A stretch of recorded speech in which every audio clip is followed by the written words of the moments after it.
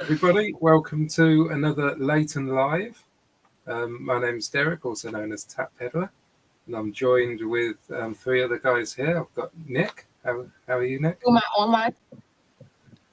What was that noise? What was that? Yeah, good, thanks. I thought for a minute I'd done the thing while I leave the stream open, but I don't think I have. Yeah, good, very good. Had an interesting day, so yeah. Good. And Pete, how are you? I'm good. Yeah, had a busy day. I've been really sort of packing. Sales have been quite good, so I've been like packing like crazy, and I'm wanting to list, but it's kind of I've had to get stuff out, so it's one of those days where it's been mainly packing. So I'll have to make up some listing tomorrow. Cool. And we've got a special guest, Richard. How are you? Hello, I'm good. I've been busy taking photos today. Right. And a bit of packing this morning. Yeah, we were just saying you didn't look like you had much stock in that room of yours. Right. Are they empty, those shelves? No. No, That's just some of it as well. I've got a lockup full as well. Gosh. It never seems to change. I swear all of that was there last time I saw your office. Is it all like have you got like SKUs on everything and everything's got a shelf number? Yes. It's all skewed, and apart from the unlisted stock isn't, which is the stuff at the back. Is the SKU like somewhere in the room? That's the SKU. It's not Right, I'll say a few hellos before we start. Margaret was in first. Hi, Margaret. Chris is in. Hey, Chris. Is that Sir Pete on the right? Well, we were saying we didn't know who they were, but I did think I was the one on the right with the bowler hat on the thumbnail. So there you go. Yeah, I claimed the middle dodgy-looking pirate geezer. I can't even remember who was up there, so I guess I'm the other guy. You're the other one, yeah. Lee's in. Hiya, Lee. Bold Finds is in. Hiya. Ali's in. Hiya, Ali. We've already said hello to Chris. RS is in. SB Reselling. Sophie. Hi. Peter the Monkey Thrifter. Hiya, Peter. Ian J.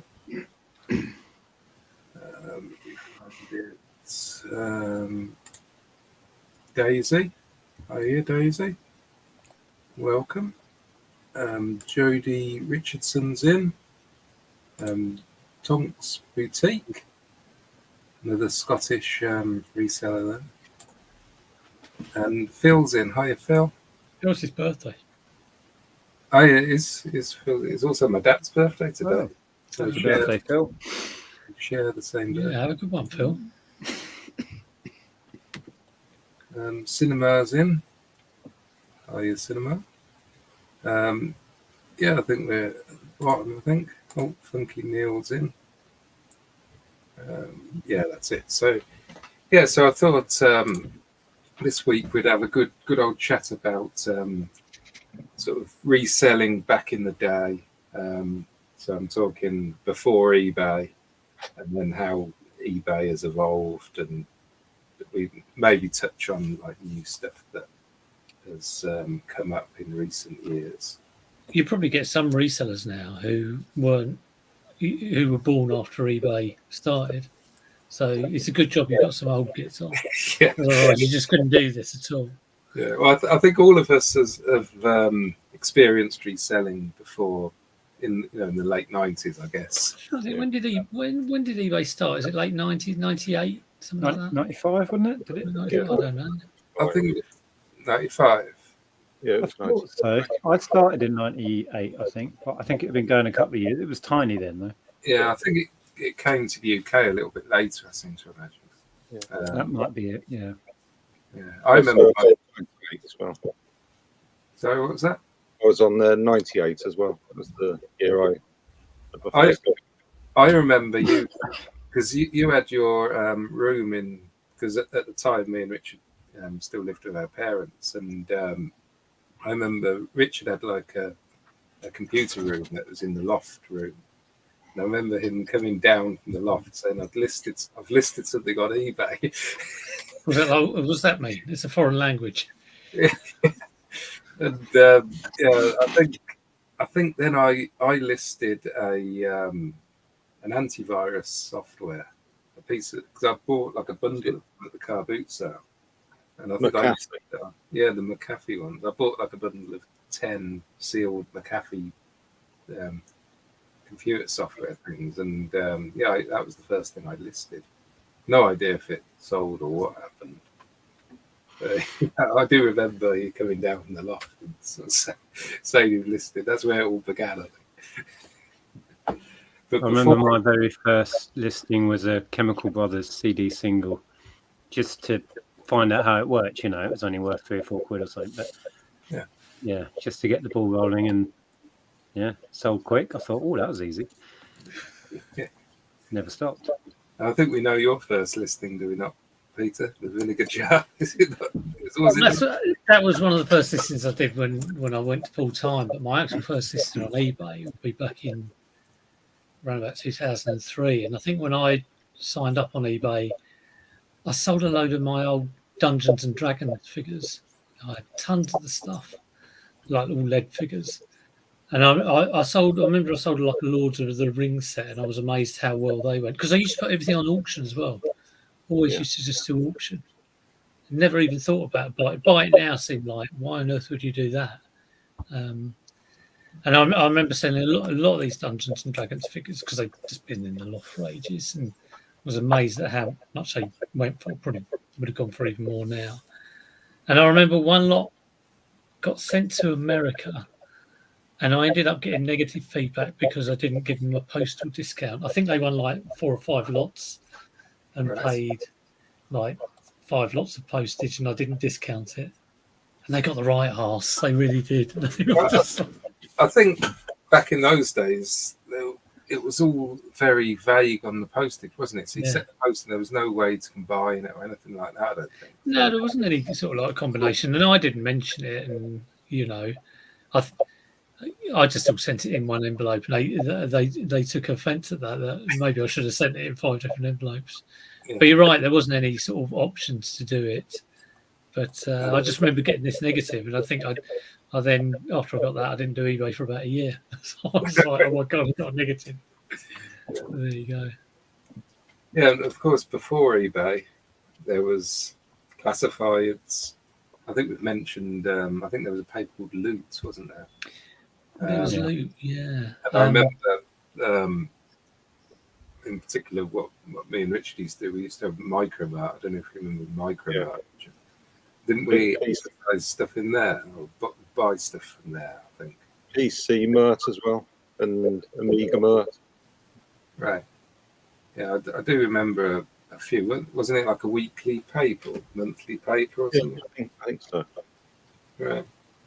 Well, we used to get the free, local Guardians, and they always had like, I think it was after the property section, they'd have like a page of like classifieds. Yes. It was just between maybe the property and the motor, and they'd have a number as well for properties. Items for sale, number 72, and I just used to scout that. And we always, I used to get my bikes from that. I think my mum and dad used to like. I had one of my first bikes was a Tomahawk bike, which is like a smaller version of a chopper bike. So when I was probably about 7 or 8, that was bought out of the local Guardian and, pugged away somewhere. I remember. Sorry, I was going to say, I used to get my consoles from out the paper and in Loot.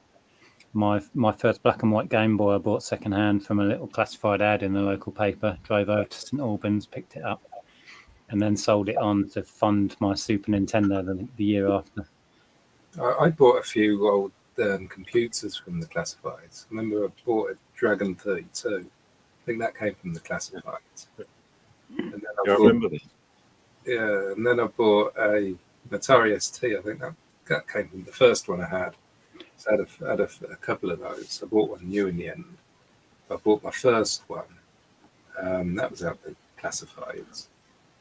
I think I sold my Atari ST in the classifieds because that predated eBay, of course. I think I sold my Atari ST in '92, and I guess I put that in the paper. I don't even remember that going, but I don't know when the classifieds sort of stopped. It must have like fizzled out as eBay kind of took off. Yeah, but yeah, I don't think they've kind of been around for the last definitely 10 years. I just don't. I can't remember the last sort of thing. What sort of date it was. It must. It's like Facebook and stuff like that have sort of stopped people from even thinking about looking. Yeah, exactly. It's so instant now, isn't it? If you want something, you just search for it on your phone or computer or whatever. Yeah, we don't even get a free paper anymore in Hitchin. I don't know if it's just our road that doesn't get it, but there used to be a couple. There's nothing now. Right. I think we can pick ours up from the local supermarket. That's where you sort of get them from. Yeah. They just leave piles of them outside shops. So I remember it must have been mid-90s. I remember Richard had a paper out and coming back with a Sinclair Spectrum. I don't know if you remember that. Yeah, sure. Well, I got that at a car boot sale. Yeah, I was about to say that must have been a car boot sale.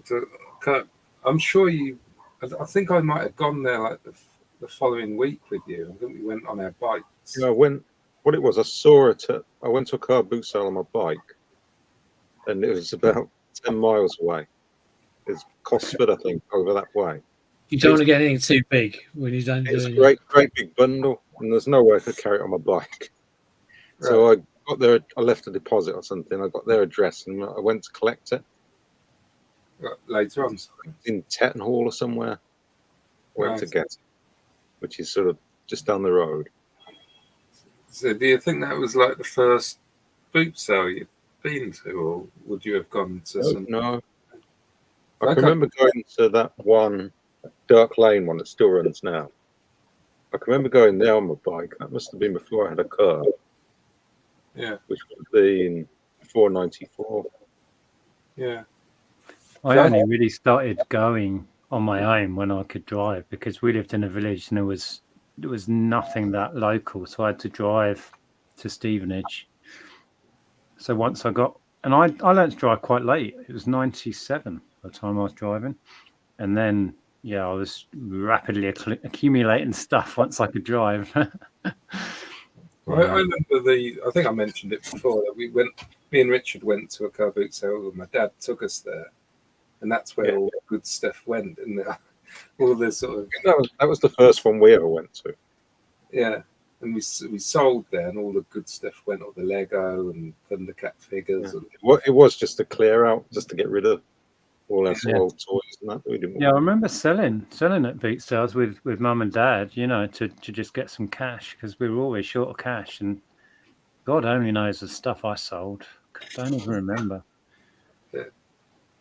That boot sale we went to with my dad there, that was like the first boot sale I can sort of remember properly going to. And then was it at the Chillington Works, wasn't it? There on the old towards Bilston somewhere. Is it like an old derelict building or something? I seem to remember it falling apart. It was like a disused warehouse or factory or something. Yeah. That they're just renting out or something for an indoor car boot sale. Yeah. The first one I used to go to when I learnt to drive was actually, there used to be a great big Kodak factory in Stevenage, but it was levelled a long time ago. So on the hard standing, like the base of the factory floor, if you will, that was where you'd park and where the sale was. That was huge, and it's stopped now. But that one was big business for years and years. Yeah, I think all the ones down Richard's Way and the boot sales that I used to go to before I moved to Scotland, they've remained more or less the sort of same setup, haven't they? Like the fields, it's all the same fields, apart from there's one that's different.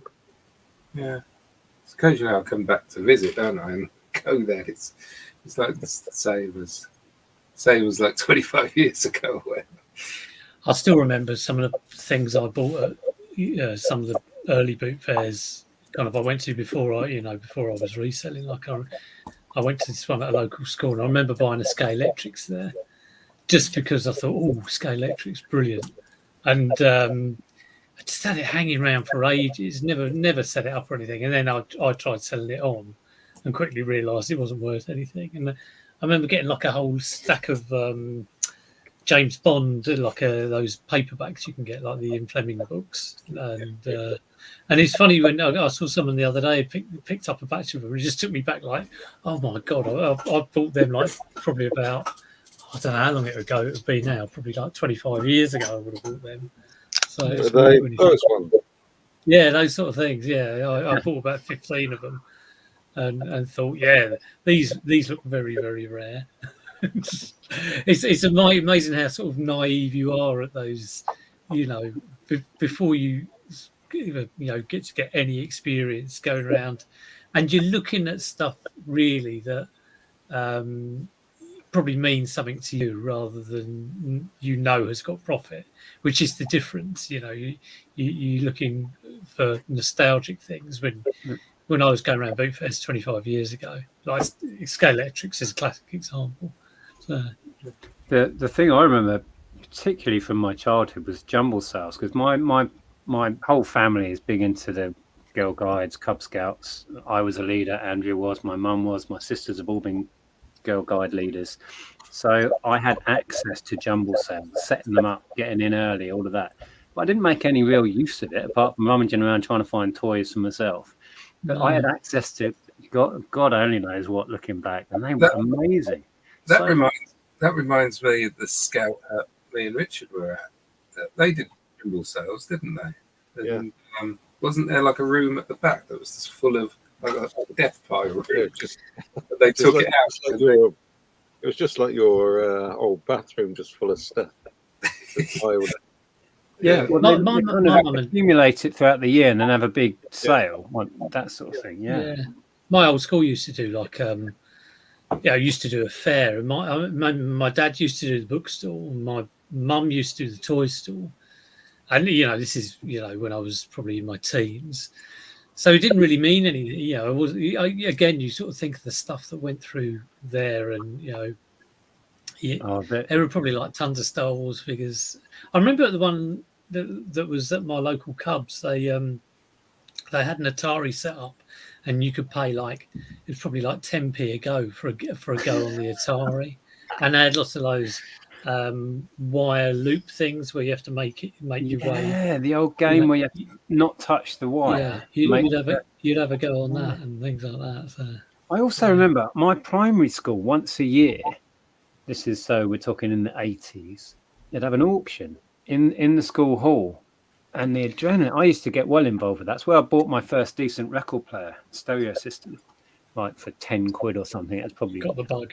These days it'd be worth hundreds. It was so nice. I remember there was a Blue Peter bring and buy sale at my school. I remember that. I bought a petite typewriter that ended up getting smashed up in an argument me and Richard had, I think. but I remember buying that at the buy sale. That was at middle school, so I would have been like 10 or something. I'd forgotten all about those. They did those like every other year or something, didn't they? To raise funds for whatever. It seemed like that. I don't know whether it was every other year. It might have been every 6 months or something. So I remember I think there was about 2 or 3 of them when I was at the school. So if it was every other year, it would have. Yeah. I don't know, really. Well, another memory that just came into my head, nothing to do with reselling particularly, but was Bobber Job. When I was a Cub Scout, did you do Bobber Jobbing? I remember doing that. I was too lazy for that. I used to go around the village washing people's cars and windows for money for the Scouts. I remember child labour. That was free child labour. That was. I remember we used to get pocket money, and I remember my brother had this brilliant idea, older brother, of suggesting that we actually work for the money that we get. So we had this like convoluted system of earning moons and stars, and a star was worth 10p and a moon was worth 20p or something. And after about 2 weeks, I was just like, I don't like this. I can't stand it, because I actually have to do some washing up to get any money. I was like, no, can we change back to the old system where I just got some money for doing nothing? But there you go. I was just going to look at the chat because we're ignoring them a little bit. Steve says, "Hi, Steve." Went to Cosford on a bike. Cosford on a bike. You're lucky to still have the bike. Hang on. Here we go. Luke was weekly and then went daily. That's where I used to source Mega Drives before the days of eBay. I'm pretty sure I would have sold some Spectrums and Ataris on there. Definitely. A lot of my old Spectrums and stuff like that probably went to other people at school who were after one. Yeah. So a lot of things went on like that. Just want to say hi to Cliff, who you just brought up before Neil. Cliff came up here for lunch today. It's lovely to meet him. But yeah, selling on computers. I remember my Master System that I bought out of the paper, and then I wanted to sell it, I think, to fund the Game Boy that I mentioned earlier. But I sold it to a mate, but he didn't have enough money, so I set up like a book, and he used to have to pay me £10 a week or £5 a week. So yeah, that's what my mind was like when I was like 12 or whatever it was. Were you round there if he was like 1 minute late? Yeah, it's Saturday, mate. Where's the money? Do you value your kneecaps? Come on. Of course, I had no power over him, really. It was all on just a bit of scrap paper. But, yeah, he paid it off. The book. Yeah. Does anybody know when boot sales actually started as a thing? So I was looking online earlier as I was like preparing. I'm pretty sure they weren't around in the 70s. I mean, I would say mid-80s. Yeah, I looked at 80s, and there was actually some photos on Google of some in the 80s. There was like Austin Maestros and stuff like that with their boots open. Yeah, they're kind of an evolution of a traditional market, really, aren't they? They're nothing different, but it's the general public who aren't market traders. So it's like if I was to sort of guess at a date, I'd probably say about 88, mid to late 80s. Yeah. Difficult one. That's a good point. That's a good question. Yeah. I know the ones around by me have been going since the late 80s. Yeah. Anyone in the chat got any idea when the? Yeah, drop a. When did boot sales start? Yeah. Because you're right, it was all jumble sales before that, really. Yeah. Steve never went to a cover except before we started watching Nick. Nick's to blame. Yeah. Yeah, I've just read Jody saying about church and school sales. They're just so good because people just donate really decent stuff that's never seen the light of day before. Nobody knows what they're doing pricing wise. You just get crazy priced, either crazy high or crazy low, one or the other. Yeah, there was a car boots at a church a few months ago I went to. That was a bit like that. They had a couple of good things there, but most of it wasn't really for me. But it's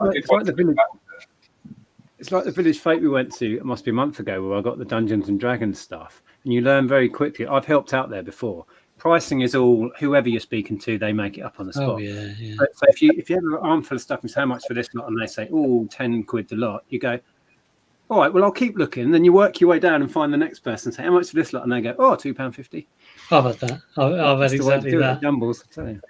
Someone was in charge of the coats, and this coat at a jumble sale, I wouldn't expect to be paying. I'll maybe pay 50p or a quid, and they said like something like 15 quid, and I was like, hey, like at a jumble sale, are you kidding me?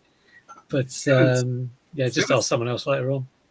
Phyllis just reminded me of something. You get like school fates and things like that. With games and things like that. Isn't White Elephant like a junk store? Yeah, all bric-a-brac and stuff like that, isn't it?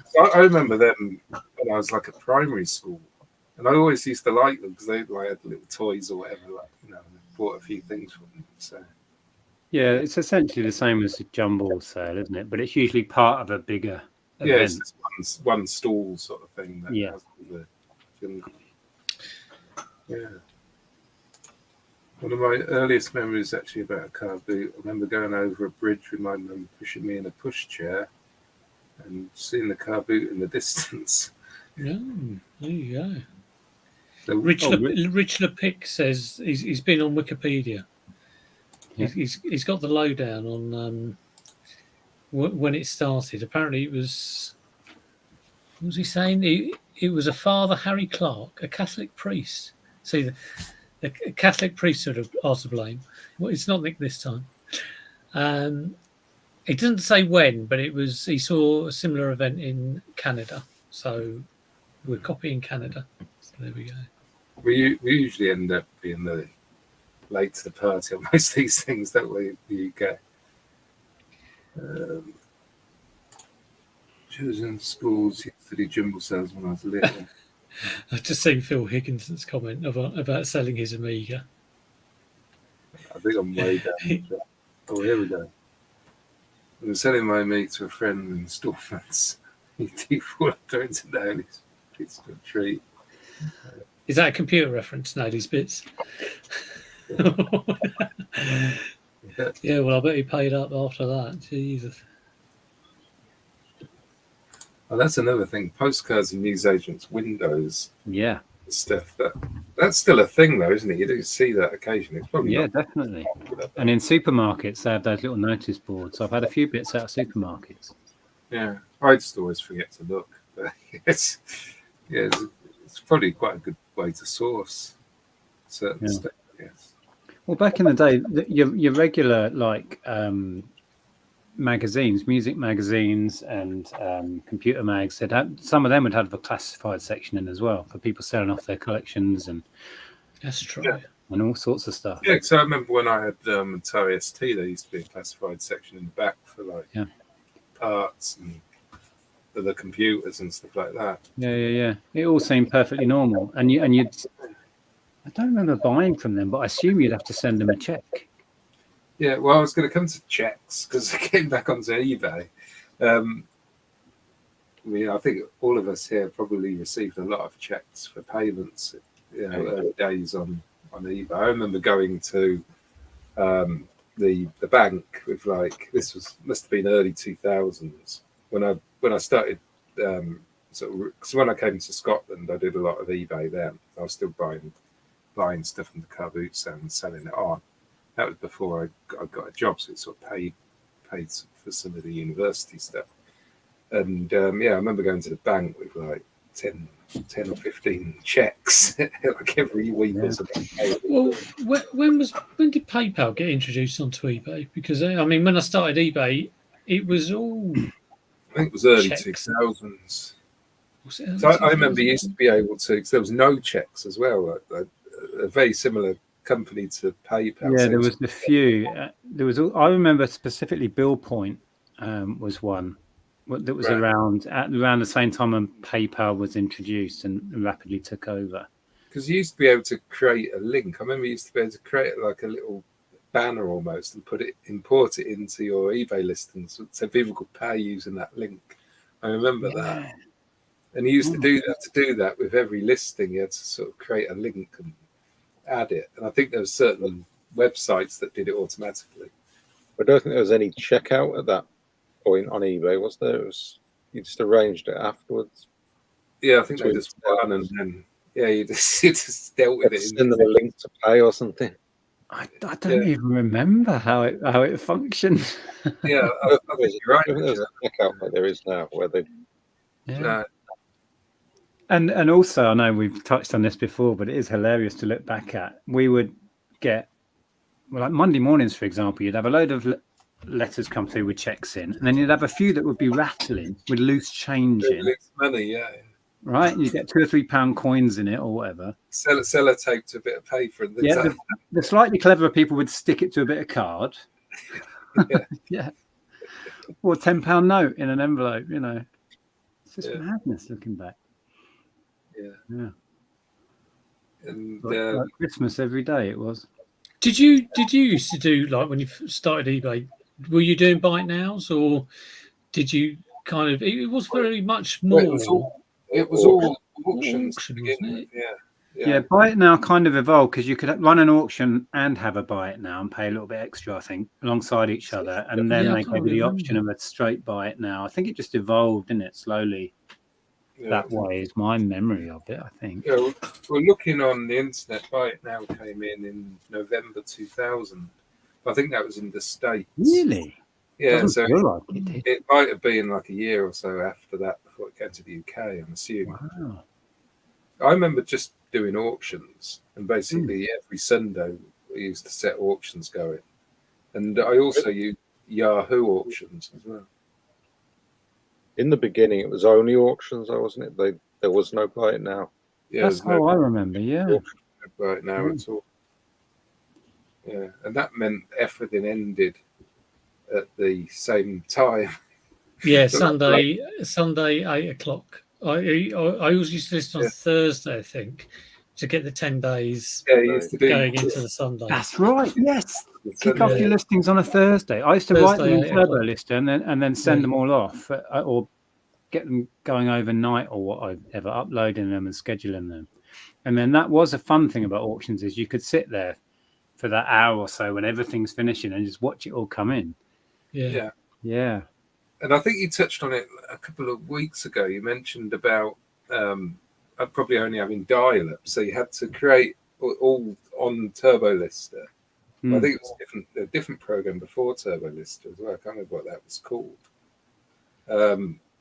Yeah, we certainly used Turbo Lister on this really cranky old laptop, and we would go to bed and kick it off. Yeah, connect, upload it all, and then disconnect, sort of thing. Yeah, I remember doing basically very similar stuff. Yeah. But there was also Yahoo auctions as well. I don't remember that. They were really How did that work then? How did you see your listing? Was it just like... It was basically like eBay. It was like a completely different platform. It was completely free, wasn't it? There was no fees or anything. Yeah, that was right. I seem to remember cross-listing stuff, and I think, if I remember rightly, if they sold on the other one, I just cancelled it on eBay or something like that, because there was no problems. It was back in the Wild West. You could be dodgy back then and get away with it, Derek. Dodgy Derek strikes again. Yeah, so I think I just ended them, and then sold them on Yahoo if they got a bid. I seem to remember doing that.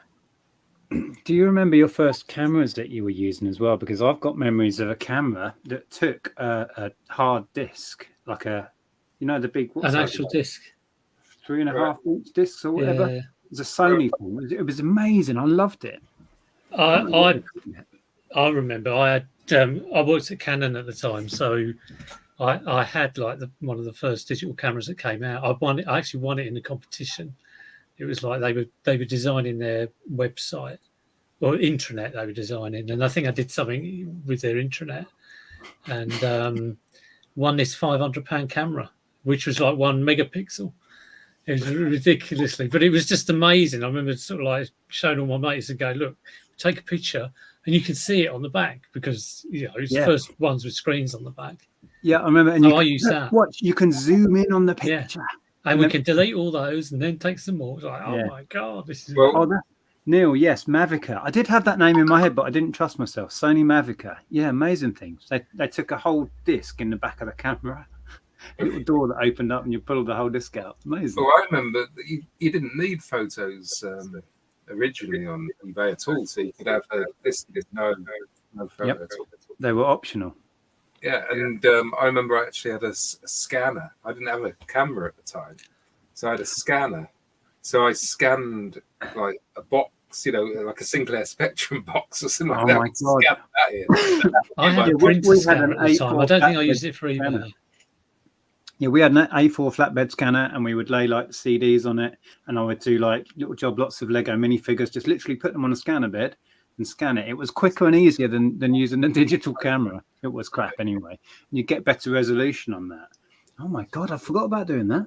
Neil's just asking me where I was at Canon. He's talking about Canon is the Holborn. I think that was the showroom.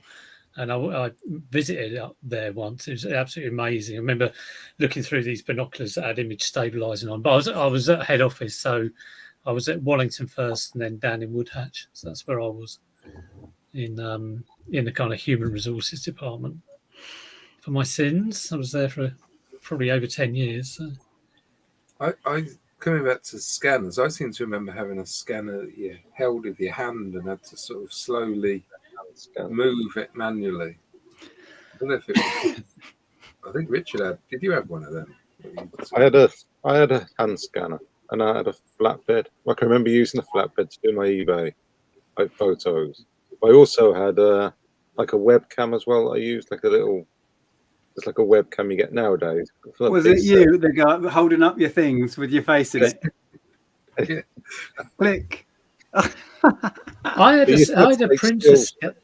a printer scanner where you could take you took out the printer cartridge and put in this scanner cartridge, and your image would just go through like a piece of paper through a printer, but the scanner cartridge would go back and forth and take the scan of it.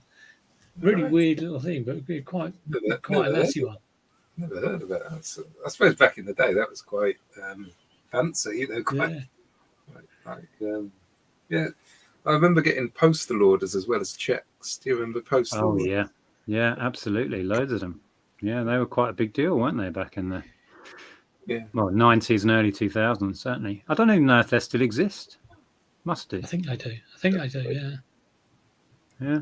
It's been years since I've had a postal order.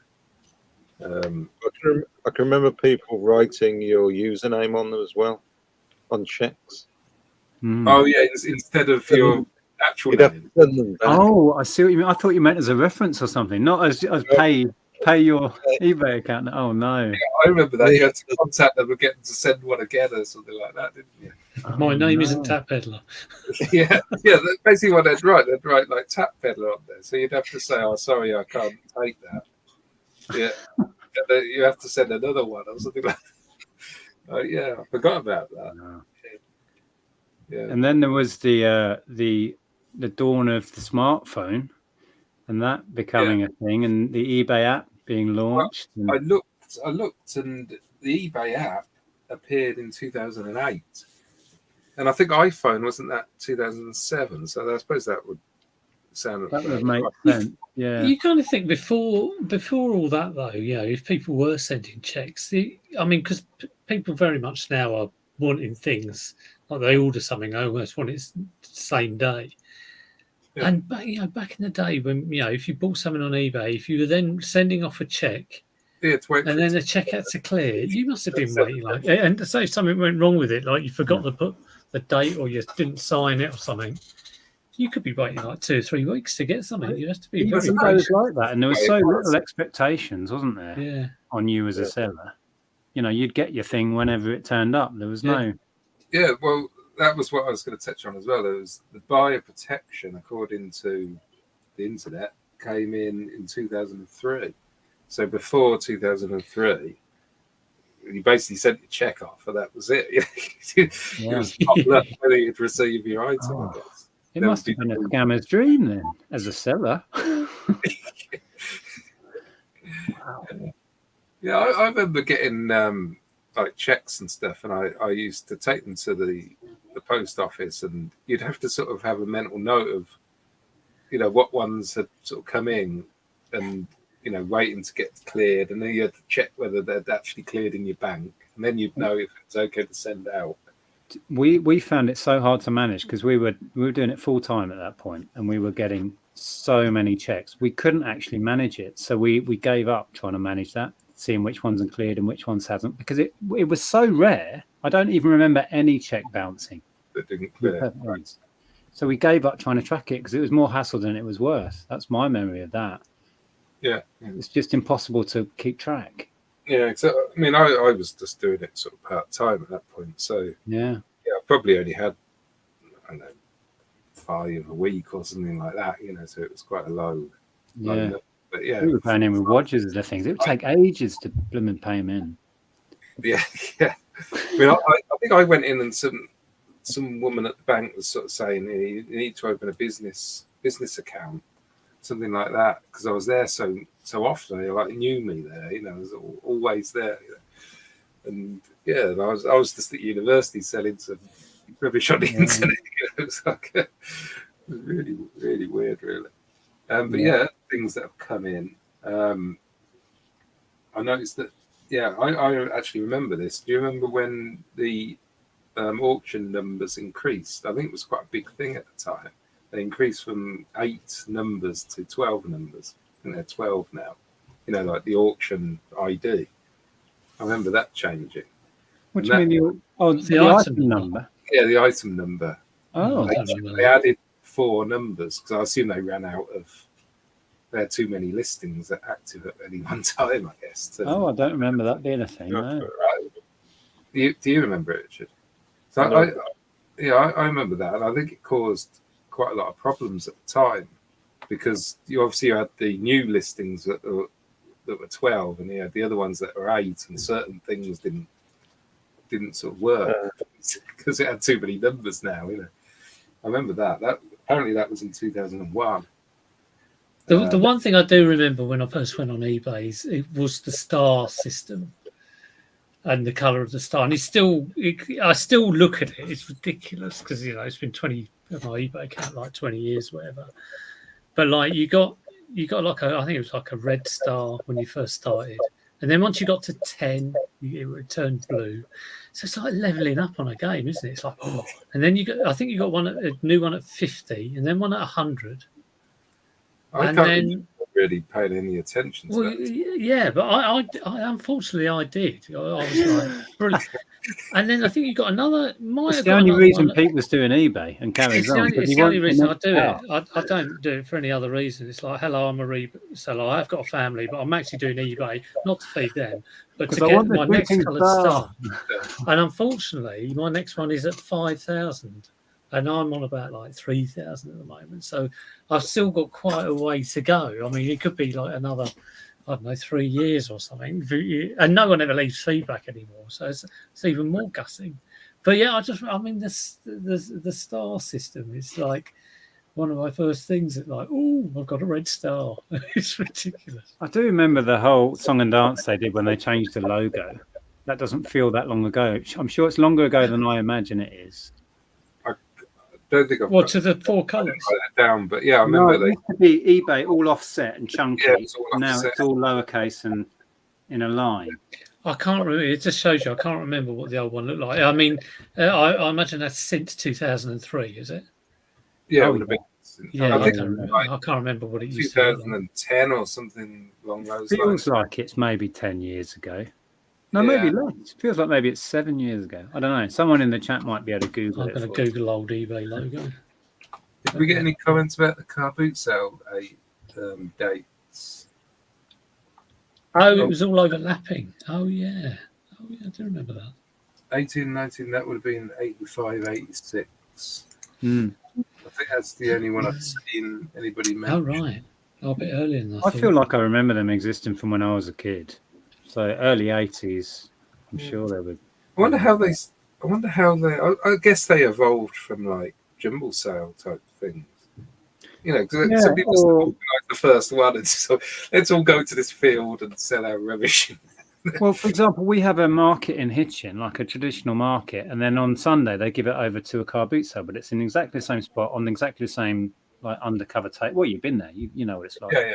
So that's kind of part of the market, and I wonder if they just evolved from that, and then people took that idea, and then a farmer with a field thought, AA money, I'll make a bit of this out of a field, because farmers must do really well. You imagine the revenue from a boot sale. If you get a decent boot sale running, that's a license to print cash, isn't it? That's amazing.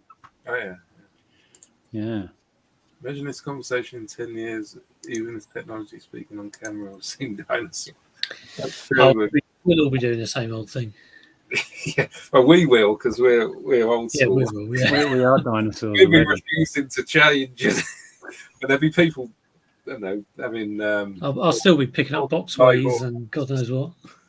Yeah. I still remember coins taped to cardboard. I remember that. Items delivered by White Arrow. I mean, I think the main difference is that now pretty much everyone's on eBay, and then hardly anyone was on eBay, and that's such a huge difference. Yeah. It's and even at boot fairs, like going round, you know, it's quite a challenge when even the traders will have eBay accounts, and everyone at home's probably got an eBay account.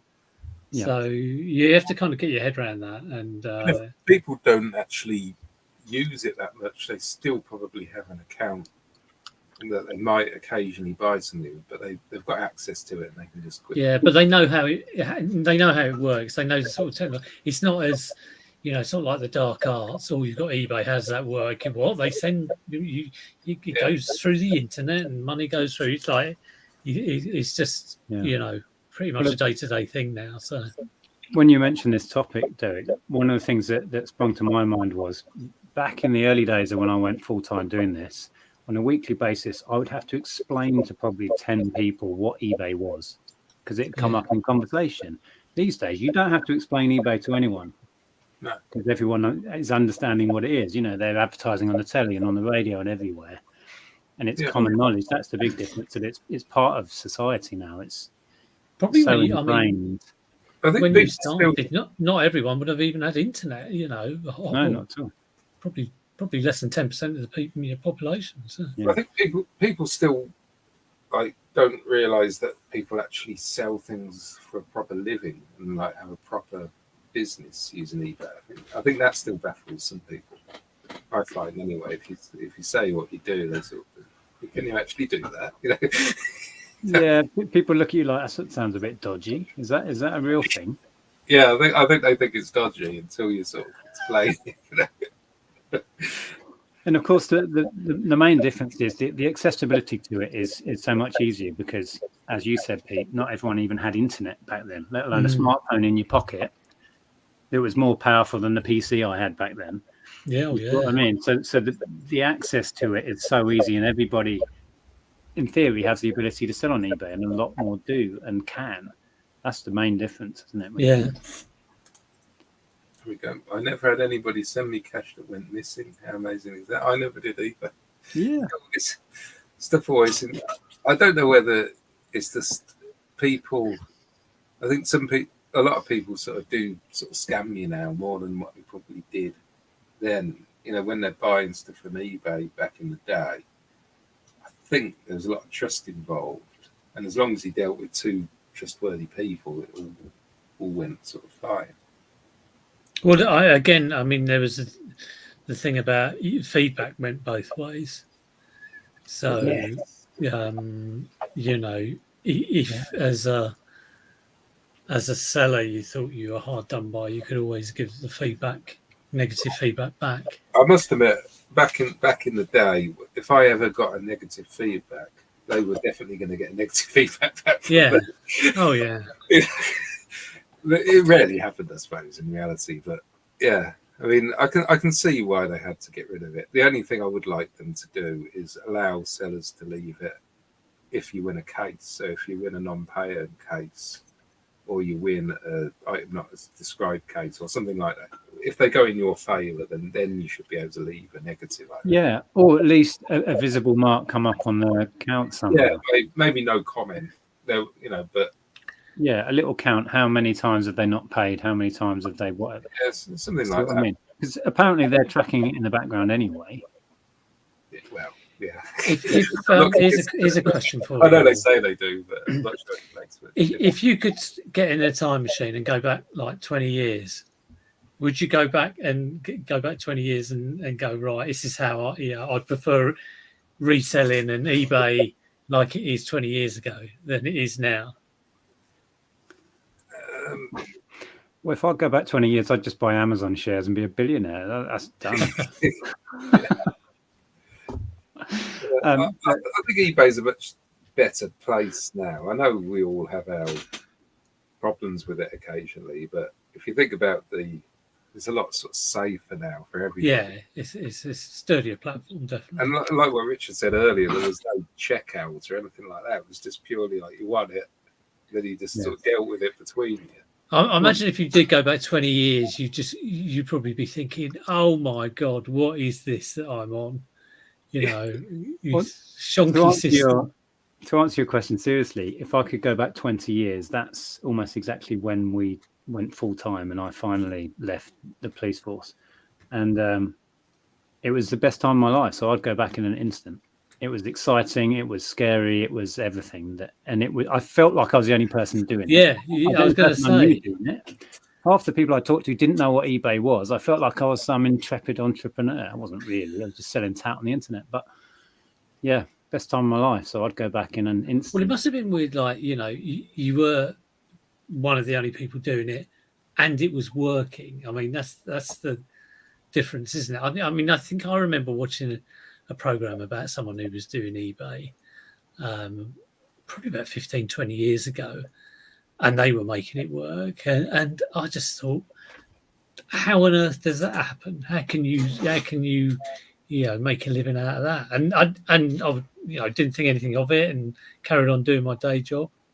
It's quite amazing when you think about it, because you don't rely on anybody, for your income. So if you tomorrow, that would be it, sort of thing. So it is great when you think about it that you're bringing all these sales, and you can make a living out, a good living. I mean, that must have been quite, when you and Andrew were thinking about, okay, I'm just going to sell on online on Amazon and on eBay to make my living. Who else is doing this in this country? Hardly anyone at all. It's like quite a brave thing to do. We were totally in our own little universe. We didn't even give it a second thought. Would it work? Was anyone else doing it? Should we do this? We just thought we can do it. We can make this work. Yeah. I desperately wanted to leave my job. Andrea didn't want to go back because she was on maternity at the time. Yeah, once you got the confidence and it's like a proven thing, then I suppose it's like leaving a full-time job. You prove it to yourself, don't you? And you know it's all going to be okay. And then you just... And I think we talked about this in one of our other chats, but I'd been doing it, as I said earlier, since 98, very part-time, and then built it up and built it up and built it up. So it wasn't like I went in cold. Yeah. We could crunch some numbers, and we had a good year or two's history of like, okay, so if we ramped that up and we did this, I think we can make it work. It wasn't like we were going in completely cold, but it was still a gamble. And we were losing 2 very good wages. It was, Kids used to sell their toys on the pavement outside their houses, early 70s. Yeah. We had a garage sale. I remember that's when all my Star Wars went. And we just used to advertise. I remember that being advertised, like I say, in the local Guardian. It was garage sale, Star Wars figures for sales, and that's what brought everyone in. It's like, and they all went. So, how do you all 3 of you think you'd found out about eBay? Richard, where do you think you heard of it? Don't know. I think I just came across it. Yeah. It was the early days when I got the internet. Dial-up and that's the thing.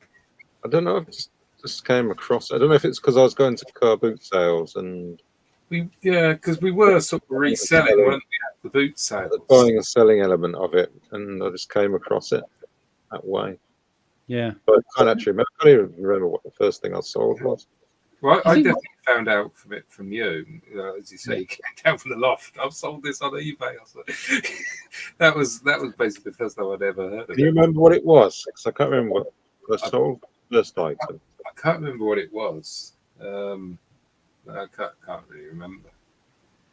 I remember hearing about eBay. I remember when it was. I was down in Brighton in the lanes with a few of my schoolmates, and one of them was just knew I used to sort of like going to boot fairs or like buying stuff or trying to sell stuff in the local paper. And he went, "Oh yeah, you should get on eBay." And I was like, "eBay, what's that?" And he just said, "Oh, you love it."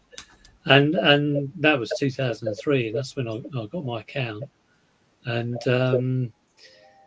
I did love it. Like I say, I sold bits and bobs of my stuff, and then was selling because I was working at the time. But I used to love going to boot fairs at a weekend. So I suppose I was a part timer, and I didn't even know it. So, but just like kind of VHS stuff and. Yeah, like very narrow. I was niche as well. Very narrow range. Just used to look for certain VHSs, and that was it. And always try and get them for 50p. I remember people saying, like, at the car boot, these cost £10 new. And I was like, yeah, well, I'm only paying 50p. Haggling over our VHSs. I can Yeah. remember some of the stuff you used to see at car boot sales, though. Like, I remember sort of seeing those rubber keyed Spectrums and the house clearance guys, and there was like 10 of them that they dumped on the floor, you know. And Yeah. Nobody wanted them. GameCube for a while. Nobody wanted them. It's just seemed impossible now. It's nuts, isn't it? Yeah. Does your head in. Going back to eBay, I think one of the guys I was buying Game and Watches off, because I got really into collecting it, and somebody, I don't remember exactly who, but I think it was a guy I was buying one off, said, "Oh, you want to get on eBay? You can find these on there." right. Well, so I had a look because we'd just got our first dial-up machine. I've moved in with Andrew. We both left home and we were renting, and got on eBay. And I was like, they were already expensive on there. What I thought was expensive at the time. Well, like £30 or something. Yeah, what cheap for what they are now. Yeah. And I thought, well, hang on, I've been picking up at jumble sales and they're going for 20, 30, 40 quid on here. Yeah. Ding. And then I quickly flipped the whole collecting into, I'm going to start selling them. Yeah. Amazing looking back. Thing is, you could go to a car boot sale and jumble sale in those days, and you'd find them every week. Yeah, Like, literally every week. I was finding at least one a week, Game and Watches. That's changed in the last few years, like with DSs, though. I mean, I think I've said it on my channel that maybe 3 or 4 years ago, I'd go to like a car boot, and I could guarantee seeing half a dozen Nintendo DSs. And now I can't remember the last time I saw one. Well, it's like back in, like when we were doing the sort of time when, you know, I was doing the Yahoo auctions, early 2000, 2002 or something. You used to see like SNESes fairly regularly as well. Like every boot sale you went to, there was always a Commodore 64 or a SNES or something like that. Well, I suppose it's because gaming collecting wasn't even a thing. It was still just people. It was super niche. It was super niche then. Well, people getting the things for the gaming, you know. It was like with computers, you know. I had my Spectrum, and then I got my Amiga, and you wouldn't think, oh, I'd go back to a Spectrum for some nostalgia. It's like, no, Yeah. I'll have the latest thing, Yeah. and you know, I think it went, you know, from that to constantly like a Mega Drive, and you know, people got a Mega Drive or a SNES, they wouldn't think, oh, I wish I had my old ZX Spectrum or Commodore 64. Yeah, I think you're right. It is a huge pursuit now, collecting games. And I think the internet has actually really pushed that. You know, the likes of probably. YouTube and being able to see other people's collections and think, oh. Yeah. They want Everyone's sort of encouraged everyone else. So. Yeah, definitely. You bought that Lego in 2003, get it listed. That's probably, yeah. He's talking about some. I bought a massive haul of Lego, and Cinema Music he's always sort of saying I should get it all listed because I've got about 3 boxes left. So I don't mind having 3 boxes left because it's good for spares. Right, well, we've done about an hour of chatting, so yeah, best we Got to get back into the current day now and list 20 items a day and try and sell. Yeah, How I miss the old days. I've actually got to get them listed. I haven't listed that much today because I've been so busy doing all sorts of other stuff. Yeah. So I got some photos done earlier, so I'll probably list those before I go to bed, I think. Yeah, so we'll call the chat there, I think, for tonight. Cheers, Derek. That's what I've been listing. I've been grooming and listing Tony's. Is that first gen? Yeah.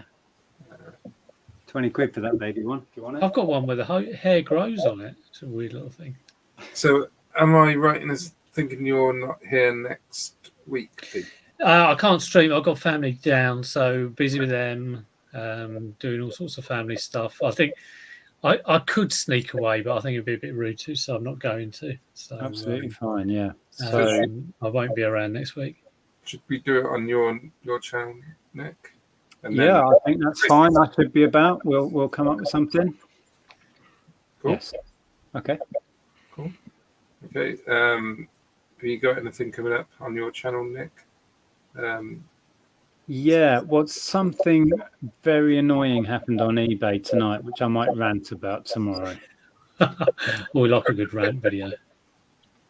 See how I feel tomorrow, whether I want to, rant into my phone. We look forward to that. What about you, Pete?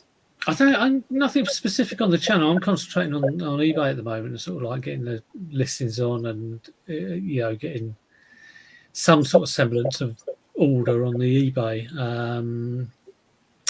I did do a starter video for the Hook Road Arena boot fair that went on Sunday, but I hardly picked up anything, so I didn't publish that. But I'll be doing my Monday morning, so that will be listing 5 on Monday, same as usual. And you've got a video coming out soon, Richard, have you? Yes, yeah. Your channel. We've got a video coming out tomorrow. Oh, Fantastic! we look forward to that one. I'll be watching that along with all your others. It won't take long. Yeah. Right, well, thank you for joining us, Richard. It's been good to have you. Thanks for having me on. Cool. And please subscribe to Nick and Pete. I'm sure everybody is already, but might as well say anyway. You never know.